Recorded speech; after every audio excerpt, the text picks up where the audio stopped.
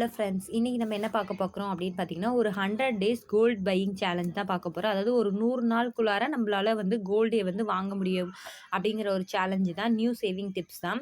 அதாவது நம்ம 100 நாள்ல வந்து எப்படியெல்லாம் வந்து கோல்டு வாங்கலாம் அப்படின்றது தான். இன்னைக்கு வந்து கோல்டு ரேட் பார்த்தீங்க அப்படின்னா, ரூ. 7,250 இன்னைக்கான ஒரு கிராம் ரேட்டு. எப்பயுமே நம்ம வந்து ஒரு ஃபிக்ஸட் அமௌண்ட், அதாவது ஒரு டார்கெட் வந்து வச்சிருக்கணும். எந்த ஒரு சேவிங்ஸா இருந்தாலும் சரி, இதுதான் கிடையாது. எந்த சேவிங்ஸா இருந்தாலும் ஒரு டார்கெட் அமௌண்ட் அப்படின்ற ஒரு விஷயம் வந்து ஃபிக்ஸ் பண்ணியிருக்கணும். ஸோ அப்பதான் நம்ம வந்து என்ன பண்ணுவோம்னா, அத வந்து அடையணும். அத சீக்கிரம் பண்ணணும் அப்படின்னு சொல்லிட்டு அதுக்காக நம்ம வந்து முயற்சி பண்ணிட்டே இருப்போம். இல்ல அப்படின்னா மறந்துருவோம்.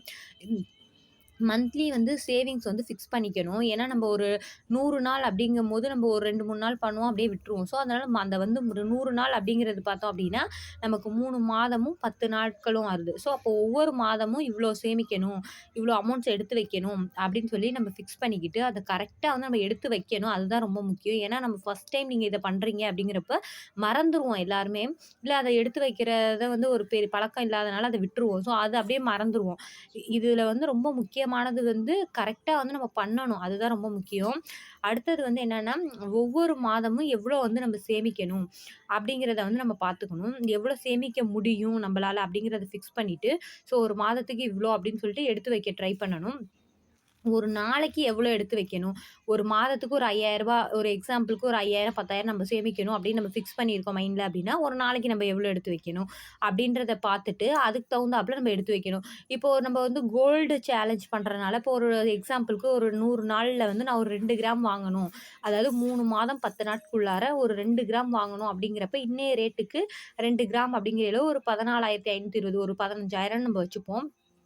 அப்ப நம்ம ஒரு நாளைக்கு எவ்வளோ எடுத்து வைக்கணும்னு பார்த்தீங்கன்னா, ரூ. 146 எடுத்து வைக்கணும்.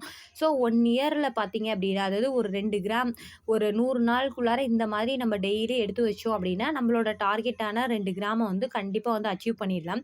ஸோ நம்மளால சேமிக்கவே முடியல அப்படிங்கும்போது, ஒரு சிறுக சிறுக இந்த மாரி சின்ன சின்ன விஷயங்கள் பண்ணோம் அப்படின்னா, நம்ம சேமிச்சிடலாம். 1 இயர்ல பார்த்தோம் அப்படின்னா, ஒரு 6 கிராம் வரைக்கும் நம்மளால அந்த மாரி 100 நாள் சேவ் பண்ணோம் அப்படின்னா, 6 கிராம் வரைக்கும் நம்மளால வாங்க முடியும். இந்த மாரி நம்ம பண்ணலாம். இன்னொரு யூஸ்ஃபுல்லான விஷயம், இன்னொரு ஐடியா என்ன பண்ணலாம் அப்டின்னா, இந்த மாரி நம்ம டார்கெட் பண்ணி நம்ம கோல்டா வந்து காயினாவோ, இல்ல வேற பொருளாவோ வாங்கும்போது, அதில செய்கூலி, சேதாரம் அப்படின்னு சொல்லிட்டு அதிலேயே நெறைய கிராம்ஸ் வந்து வேஸ்ட் ஆயிடும்.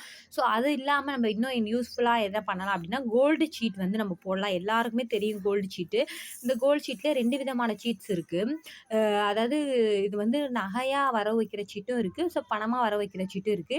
என்னைய கேட்டா வந்து கோல்டா வரவு வைக்கிற சீட்டு தான் பெஸ்ட்டுன்னு சொல்லுவேன். ஏன்னா, இந்த பணமா வரவு வைக்கிற சீட்டு வந்து குலுக்கல் சீட்டு அப்படின்னு சொல்லுவாங்க. அது வந்து